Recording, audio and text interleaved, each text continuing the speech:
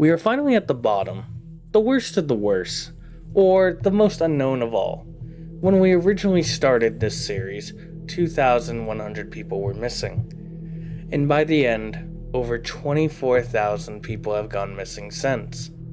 It is an insane thing to think of, and honestly, dwelling on it can put your mind in a bad spot. But for now, we need to finish our adventure, and our journey is ending tonight. Hello everyone, my name is Juby Scott, and welcome to the final part of our Halloween special for Juby After Dark, the Missing Persons Iceberg Explained. So sit down and get ready to see what's at the very bottom of this iceberg. This is Juby After Dark.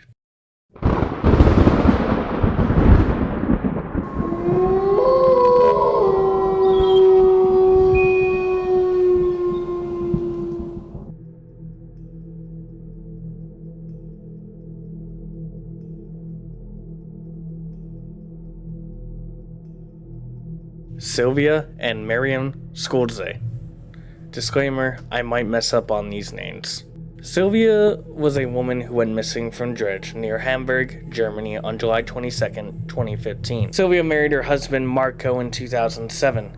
They had a daughter, Miriam Skolze, and lived in a house in Dredge near Hamburg. Sylvia already had an older daughter from a previous relationship, but she did not live in the household. On the day of her disappearance, Sylvia drove to work. Investigators assumed that everything was still okay at that time. Around 1:45 p.m., Sylvia received a message from her husband Marco, and he asked her to come home because her daughter Miriam, who had been reported sick at a school for a few hours, was getting worse. Shortly after 4 p.m., Sylvia left her workplace and drove home. In the early evening, an employee of riding stable, where Marco sometimes helped out on weekends, called. Contrary to what people knew about him, he behaved very reservedly when asked if he wanted to work the next day to earn some extra money. One day later, on July 23rd, Sylvia was absent from her job without excuse. She could not be reached by cell phone either. After she did not show up for work on July 24th, her colleagues alerted the police. They quickly found out that Marco Skolze was not at work either and opened the Skolze family home. Wallets and identity papers were found in the house, and both cars were in the garage. On July 31st, 2015, a body floating in the water was found about 25 kilometers away. It was weighted down with a concrete block. It quickly turned out to be Marco. Since then, there is no trace of Sylvia and her daughter Miriam. Investigators assume that the Skolze family case is an extended suicide in which Marco killed his wife and daughter, and then suicided himself. The reasons for this are probably fear of loss and financial difficulties. But the bodies of Sylvia and Miriam have still not been found. Gwendolyn Clemens. Gwendolyn and her 18-month-old daughter, Alicia, were last seen around Thanksgiving 1982, leaving their home in Kansas City, Missouri, with Gwendolyn's boyfriend. They were headed to Florida to start a new life. The boyfriend, now deceased, eventually returned to Missouri without them. On December 3rd, 1982, witnesses reported seeing a woman between midnight and 1 a.m. carrying a child on Highway 63 in Missouri. A woman matching the same description was also reportedly seen shortly after on I-10, close to the Alabama border, walking west near the exit for the truck sales.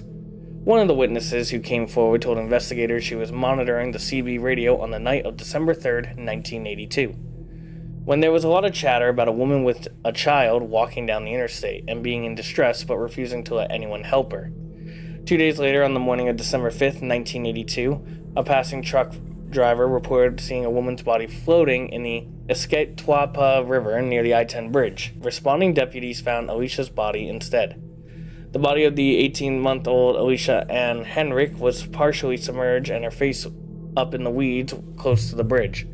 Authorities believe the child was thrown from the bridge into the general area where her body was subsequently found. An autopsy revealed that someone attempted to smother her before she was put in the river. However, she was still alive when she landed in the water, and her official cause of death was determined to be caused by drowning. Alicia, formerly known as Delta Dawn, remained unidentified until December 4th, 2020. Because of the heavy brush and weeds where Alicia was found, detectives do not believe it was her body that the trucker saw. Over the next few days, a large search effort was launched to try and find the woman. Despite an exhaustive search with helicopters, boats, and divers, a woman's body was never found. Gwendolyn has not been seen or heard from since 1982. She was not reported missing until her daughter's remains were identified. Hannah Up. In August of 2008, just before the start of school, Hannah Up was excited and looking forward to teaching that year at Thurgood Marshall in Harlem, New York. Hannah was going to teach middle school that year for the first time. On August 28, 2008, the students filled the classroom, but their teacher wouldn't show up. Hannah would be found 20 days later floating in the Hudson River, alive with no memory of how she got there. Again, in 2012, Hannah had another episode and disappeared for 2 days. In 2017, Hannah was residing in St. Thomas, teaching school on the island. She was about to start her 4th year in the position. She was happy there and had many friends and was very well liked by everyone. On September 6, 2017, the island was hit by Hurricane Irma. Many people had left the island, but Hannah had wanted to stay. On September 14, 2017, another hurricane was headed towards the island. Most everyone was leaving for this hurricane, Hurricane Maria. Friends tried to get Hannah to go with them, but Hannah refused. Friends also noticed that Hannah seemed to be acting a little bit off. A few friends went to look for Hannah that afternoon, but found she was not at her apartment. Hannah was also not answering her phone. They went to Hannah's favorite place, Sapphire Beach, and sure enough, there was Hannah's car. They also found her purse and cell phone, but no Hannah. Hurricane Maria hit the island, and search for Hannah had to be cut short. Hannah Up had vanished. Did Hannah have another episode? Did she leave the island before the hurricane? What happened to Hannah Up? Yatuka Kume.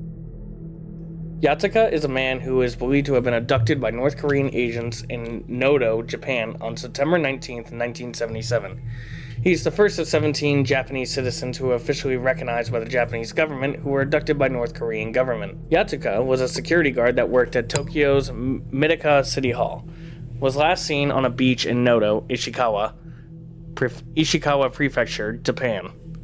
He was never seen or heard from again. A local newspaper published an article in November of 1977 that suggested that Kume might have defected to North Korea and went there by boat. However, Japanese authorities now believe he may have been abducted by North Korean agents. Around the time of Kume's disappearance, a Korean man in his area was arrested for smuggling Japanese people from Ushito Bay to Korea. The prime suspect in Kume's disappearance is Seho Kim, a North Korean spy who was in Japan between 1977 and 1981, on official business for a trade mission. Police believe that the two met in Tokyo and lured him to Ishikawa Prefecture to negotiate a trade deal. Once Kume arrived, Kim and other agents kidnapped him and sent him on a boat to North Korea. During the 1970s and 1980s, at least 17 Japanese citizens from coastal areas in Japan were abducted by North Korean agents. The victims were average citizens who were opportunistically abducted by the agents. The motives ranged from stealing their identities to forcing them to work as teachers in spy schools. The North Korean government has admitted to only abducting 13 of the victims, but it is suspected that they may have abducted up to hundreds of Japan's citizens and other people across the globe. The North Korean government has denied that Kume ever stepped foot into North Korea. In January 2003, Japanese authorities issued a warrant arrest for Seho Kim and has been placed on an international wanted list. As of 2021, Kim's whereabouts are unknown, and the North Korean government has denied knowing where he could be located despite demands to be extradited. Yatuka remains missing, and it is unknown if he is even still alive. Jim Thompson.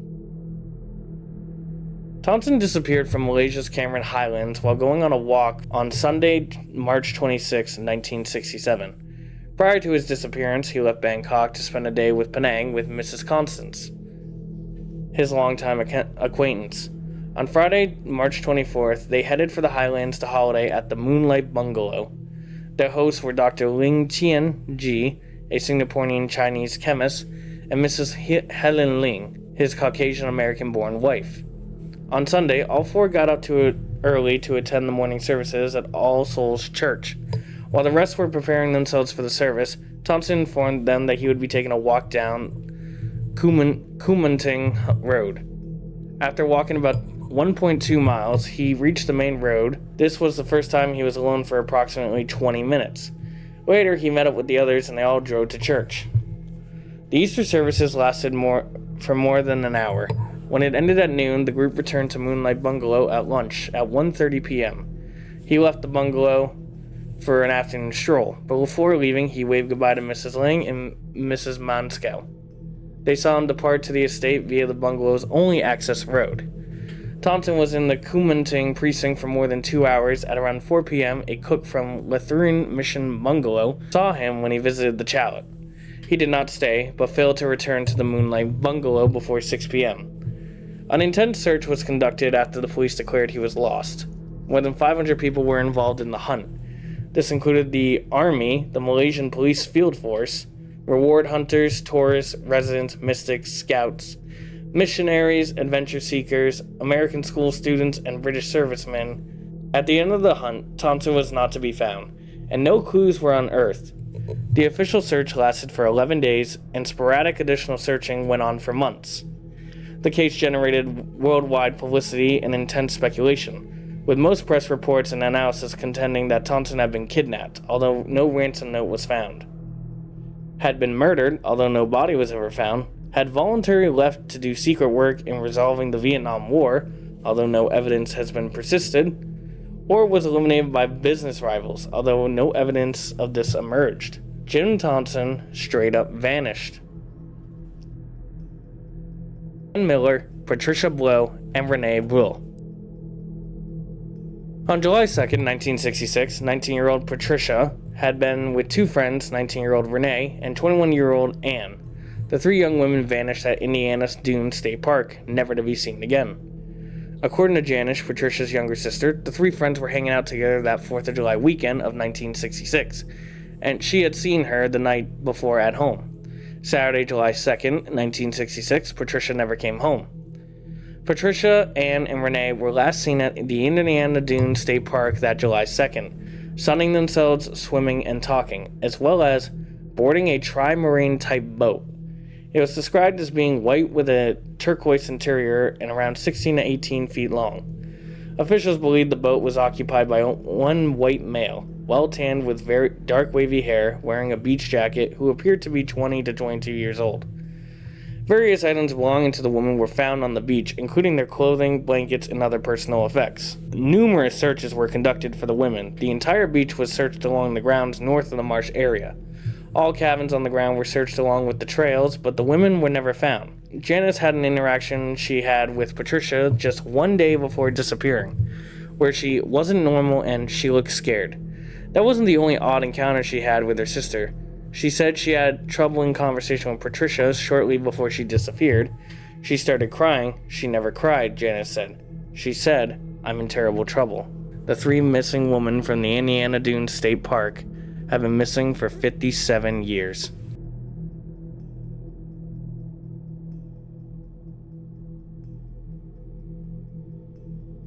Jacqueline Cheung.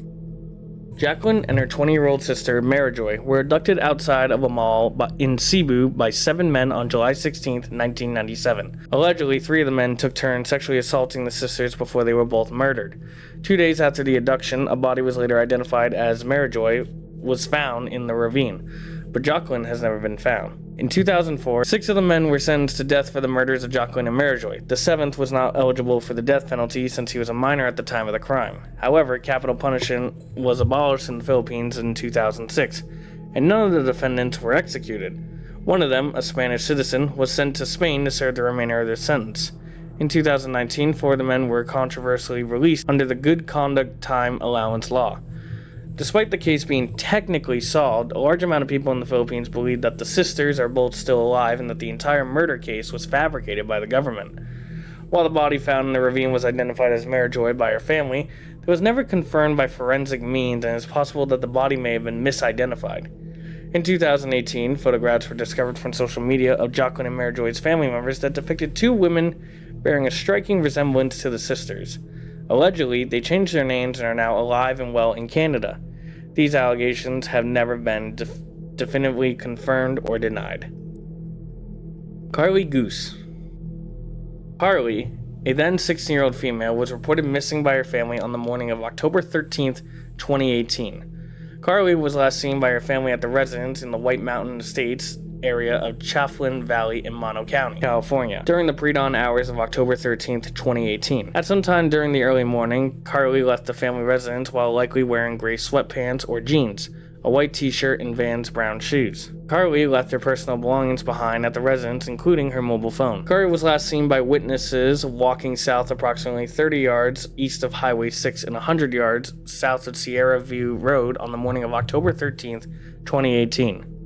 A thorough search of the area and subsequent investigation has been unsuccessful in locating Carly, and she has not been in contact with family or friends since she went missing.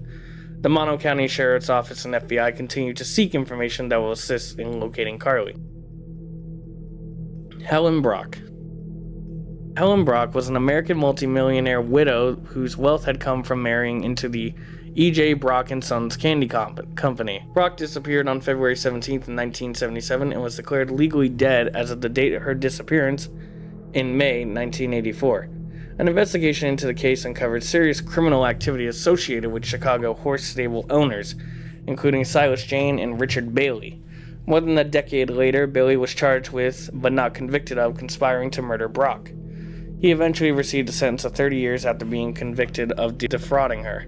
After a routine medical checkup at the Mayo Clinic in Rochester, Minnesota, Brock left for a flight to return to her mansion in Glenview, Illinois, a suburb northwest of Chicago, on February 17, 1977. A gift shop assistant near the clinic insisted that Brock had said, "I'm in a hurry, my houseman is waiting." This is the last sighting of Brock by an independent witness. The crew on the commercial airliner on which Brock was supposed to return to Illinois did not report seeing her on the flight. However, Brock's houseman/chauffeur Jack Matlick said he collected her at O'Hare Airport. Matlick further asserted that Brock spent 4 days at home, that she made no phone calls, and that he dropped her off at O'Hare for a flight to Florida. Matlick was the focus of police attention during the investigation. He repeatedly proclaimed his innocence and angrily denied to reporters that he knew what happened to Brock. But a former federal agent who worked on the case claimed that after Matlick's death, that he was indeed responsible for her disappearance. Brock's brother was of the opinion that Matlick has murdered his sister without any involvement from Richard Bailey or horse racing racketeers. On February 14, 2011, Matlick died in a Pennsylvania nursing home at the age of 79. To this day, we don't know where Helen Brock is. Juanita Nielsen.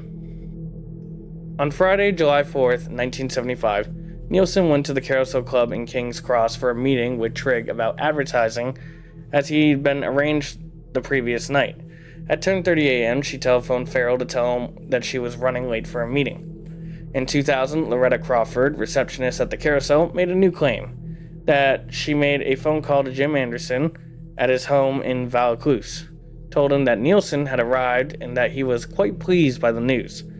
Crawford was adamant that Anderson was at home in Vaucluse, not in Surfers Paradise, Queensland, as he always claimed. In original statements given to police, Trigg and Crawford claimed that after the meeting, Nielsen left the club alone, although in a 1976 Crawford changed her story to say that Nielsen and Trigg left together. A local real estate agent told the police that he saw Nielsen getting into a yellow car outside of the club, that there were 2 men in the car. That was the last known sighting of Nielsen. On Saturday, Farrell reported Nielsen to the police as a missing person. When Trigg was questioned by police, he confirmed the meeting and produced the receipt Nielsen had given him for an advance payment on the advertising. He said she had left for a lunch appointment. Nielsen's handbag and other effects were discovered on July 7th, abandoned on a freeway near Penrith in Sydney's west. On Tuesday, July 8th, the police released the news of the disappearance to the media. Norodom Noropido and his siblings. The very last section of the iceberg. Unfortunately, when it comes to this one, I can't find a lot of info on the disappearance itself. Everything I found is about him as a person, that he was supposed to be a prince of Cambodia, that he was exiled in France until the social unrest in 1968, and that he returned to Cambodia as the People's Prince until the Civil War. He was exiled in China and returned to Cambodia under the Khmer's rogues, and then just all of a sudden he disappeared. So unfortunately I don't have a lot on this one, but maybe that's what makes it scary. This guy just vanished out of thin air. Norodom returned to Cambodia with his father in late 1975. He disappeared mysteriously in 1976. During the Khmer Rouge years, Norodom disappeared along with his 5 siblings. Norodom's father, Sihanouk, wrote several letters to the Khmer Rouge leadership asking them to allow his children to come and visit him, but he never received an answer. All of them were declared dead in absentia on June 7th, 1994. Norodom was promiscuously granted the Cambodian royal title of Sandek. However, there are rumors that he is still alive. So anyway, guys, thank you so much for joining me on this long journey. Not as long as last year's, but it felt it when it comes to research. I'm sorry the very bottom of the iceberg seems very like he just vanished. Well, like I said, maybe that's what makes it scary, that this person just up and left and we have nothing on them or his siblings. But we're going to be going back to regular scheduled stuff now that October's over. And with that being said, thank you guys so much for watching, and I will see you all next week.